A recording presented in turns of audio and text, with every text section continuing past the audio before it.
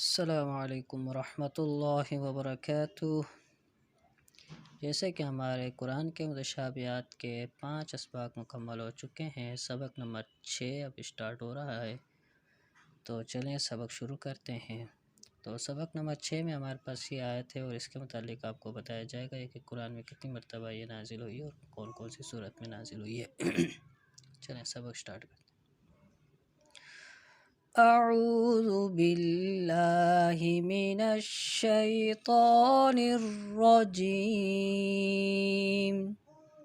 بسم اللہ الرحمن الرحیم۔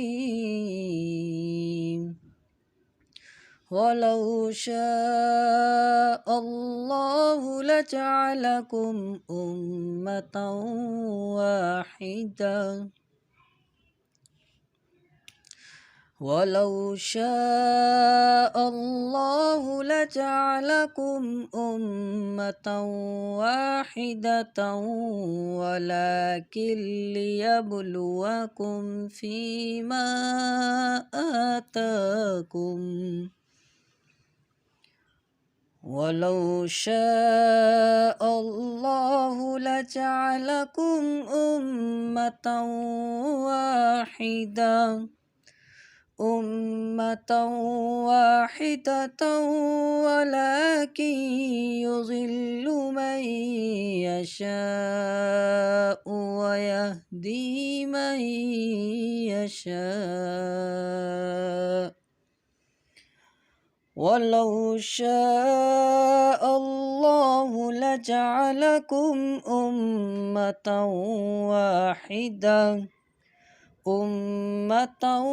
واحدة وَلَكِنْ يُدْخِلُ مَن يَشَاءُ فِي رَحْمَتِهِ۔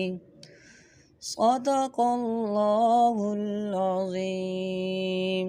تو یہ آیت قرآن میں 3 دفعہ نازل ہوئی ہے۔ پہلی مرتبہ سورۃ المائدہ آیت نمبر 48 میں، دوسری مرتبہ یہ آیت نازل ہے سورۃ النحل آیت نمبر 93، تیسری مرتبہ یہ آیت نازل ہے سورۃ الشورى آیت نمبر 8 میں۔ امید ہے کہ آپ کو یہ سبق بھی سمجھ میں آیا ہوگا۔ جزاک اللہ خیرا۔ السلام علیکم ورحمۃ اللہ وبرکاتہ۔